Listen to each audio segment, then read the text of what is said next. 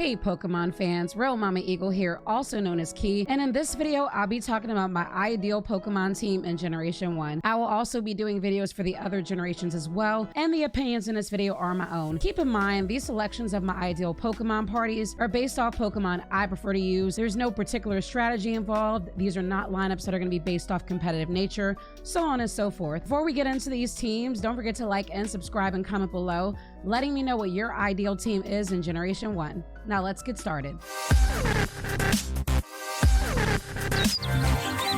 Let's start with my preferred starter in Generation 1. Now, don't get me wrong, Venusaur is a great starter with multiple uses with the Poison and Grass typing, and Blastoise from a logistics standpoint is probably the best starter to pick on the basis that it has the least weaknesses. And as much as I have dragged Charizard on this channel because it still needs to be Dragon type, Charizard is still my preferred starter in Generation 1. I do have a bias towards Fire type Pokemon, and Charizard does bring that in addition to a killer learn set. Of course, it can only learn Fly in Pokemon Yellow, but that does come in handy because that's one less Pokemon that you have to teach Fly in Pokemon Yellow. But Charizard is my most preferred, makes it pretty easy for most of the game, although Brock is not the easiest battle with Charizard at your starter.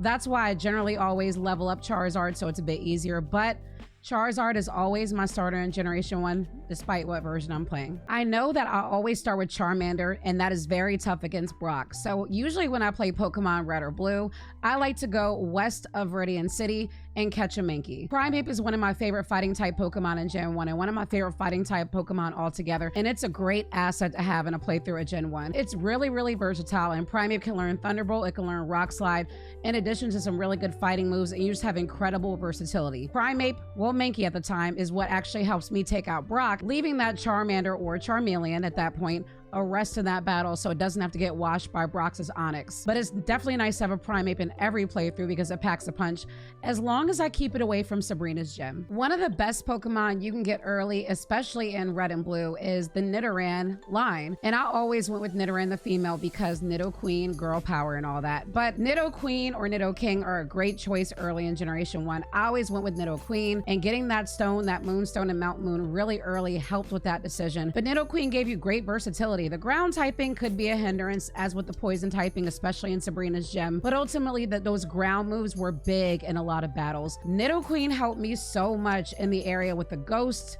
when you go to Lavender Town and Pokemon Tower, and of course any situations where you had to deal with the Gengar line because it was part poison and there was no real ghost moves to take it out. But Nidoqueen offered so much versatility that it's almost a must-have every time I play Gen 1. One of the things I love about Generation 1 to this day is the fact that you simply get an Eevee handed to you with no questions asked. Well, technically it's on the table and you just take it, but they don't stop you, so it's your Eevee. But you get an Eevee for free, and then you have the Celadon department store where you can pretty much get the stones you want to turn it into whatever you want. At the time, there were only 3 Eeveelutions, but you have the option between water, fire, and electric based off what you already had in your party. And if I go with the lineup I'm already going with, usually I would make my Eevee a Jolteon. And the reason for that is because Jolteon's got that killer speed.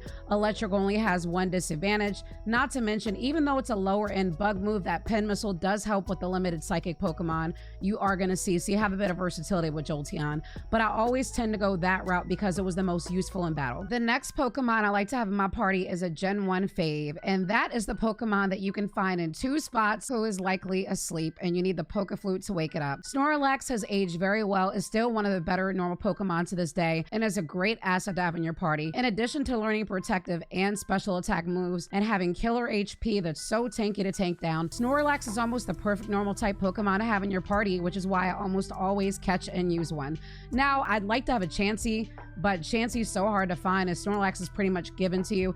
It's a pain to catch, but Snorlax is so worth it to this day. One of my favorite Pokemon to have in my Generation 1 playthrough, unfortunately, is a Pokemon that you don't get until very late in the game, and it's in an optional area. One of my favorite areas in Generation 1 is always the Sylph Company. I love battling all the angry Team Rockets, the Rocket Brothers, and ultimately Giovanni, and you get a nice reward in Lapras when you go through Sylph Company. Lapras is still one of the best Pokemon in Generation 1, still one of the best water Pokemon. Solid learn set for Gen 1, great HP, great stats overall. Not to mention you have that ice capability, which makes Lance's dragons dealing with those much easier. And of course, water type, great type in general. Lapras is always in my Gen 1 playthrough. Only downside, because you get it so late at that point in the game, you have to level up, so it's a bit of a pain, but totally worth it. To recap, my ideal party in Generation 1 is Charizard, Primeape, Nidoqueen, Jolteon, Lapras, and Snorlax. Let me know in the comments below what Pokemon you would keep, what you would swap out with in your ideal party in Gen 1, whether you're playing red, blue, yellow, fire red, or leaf green. Don't forget to like and subscribe as well, and ding that bell so you know when videos are up. I'm also Real Mama Eagle on all social media platforms, and I do live streams at twitch.tv/RealMamaEagle. Thank you all for watching, and I'll see you next time.